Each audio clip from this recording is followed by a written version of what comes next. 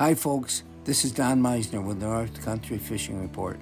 And right now, for the rest of the summer, I'm going to be spending almost every day of my life just performing the things that I have to do for these tournament trails that are coming here to our area. We talk about all the responsibilities involved.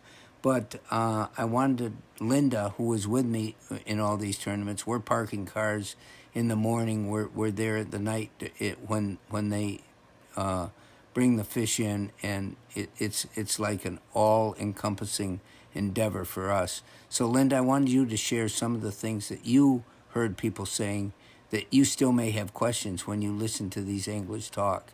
Well, we as you know, we had roundtables that took place in the Massena community, and a couple of the anglers, when I was listening to their roundtable interviews, they were talking about things like hyperfishing, and I didn't know what that was. Again, of course, because Well, I let's don't step fish. back a second, and we said roundtables. I bet people don't have any idea what we're talking about.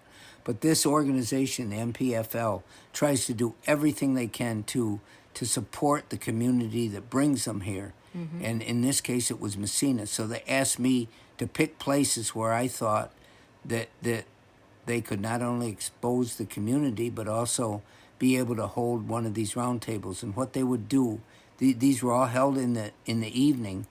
They would come to a place and they would set up a table where their camera people and their interviewer could interview the anglers that have come here from other parts of the country. And so they would ask them questions like, what are you expecting from this tournament, and where are you going to go, and how do you feel about being here in Massena, for example?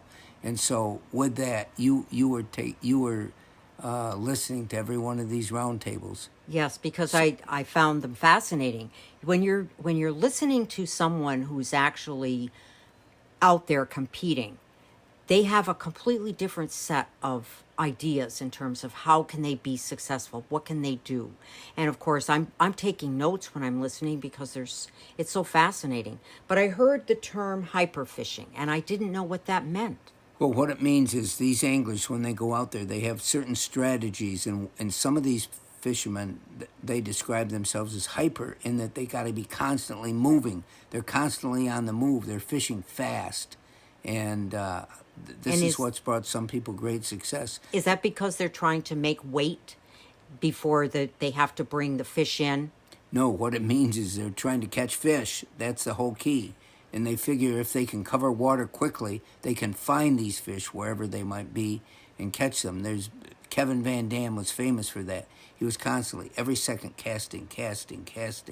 You know, they fish fast. It's not my style. When I go fishing, I'm not fishing a tournament. I'm out there to try to enjoy that moment in nature that gives me so much for my soul. And so I fish like a blue heron. I barely creep along, and that's what gives me pleasure. But for these guys, they feel the faster they go, the better they might do. And you mentioned the blue heron, and in fact, Don, I've watched you wade the Grass River, and you are so silent. When you wade, you're very quiet, and you stand for moments, long moments.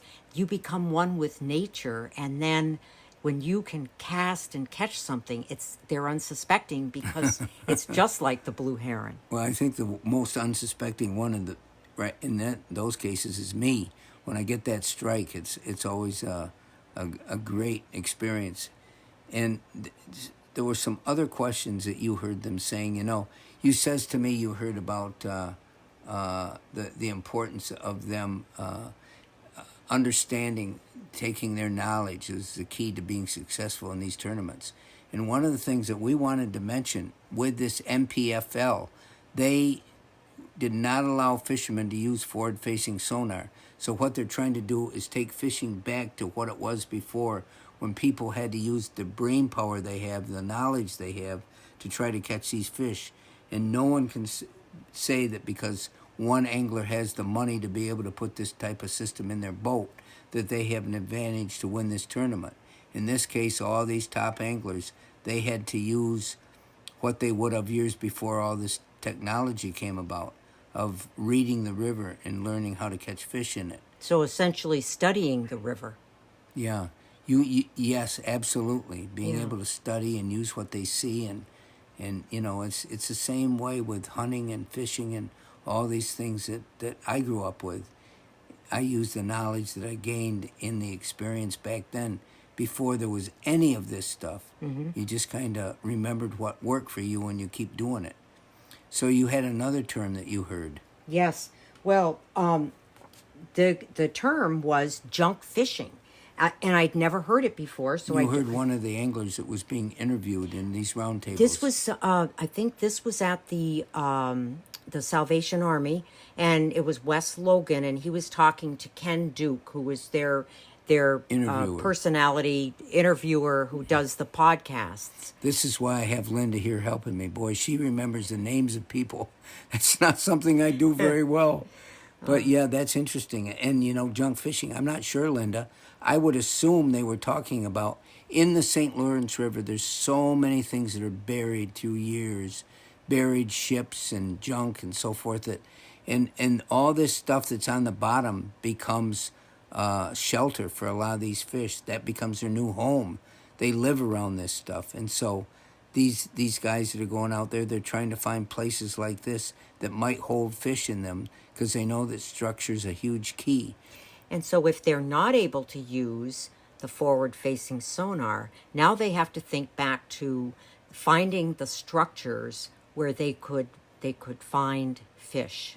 Well, they still have other devices that they can use, more prehistoric fish finders, so to speak, that will allow them to see the bottom. And not necessarily to see the fish up ahead of them to know what they're casting to. And so when they mentioned the white versus gray or the shadows... that was one of the other things one of the fishermen was saying. He says, when they're using all their sonar devices and their screens, one of the things that they can see the fish.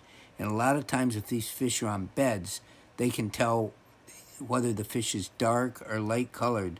And one of the anglers mentioned that the difference between a dark colored fish on the bed and a light colored actually was an indicator of size. Oh, I see. And I can't quite remember now whether the light colored ones were supposed to be bigger or smaller, but that was one of their indicators. And people maybe listening, they think of fishing is something so basic, and they might not realize all the things that these anglers have to use because this is their life, this is their income, and Yes. So anyway, this becomes a money-making proposition for them. Yeah, for them, of course. Their whole life is devoted to fishing. Yes. So anyway, folks, this is Don Meissner and Linda McQuinn with the North Country Fishing Report.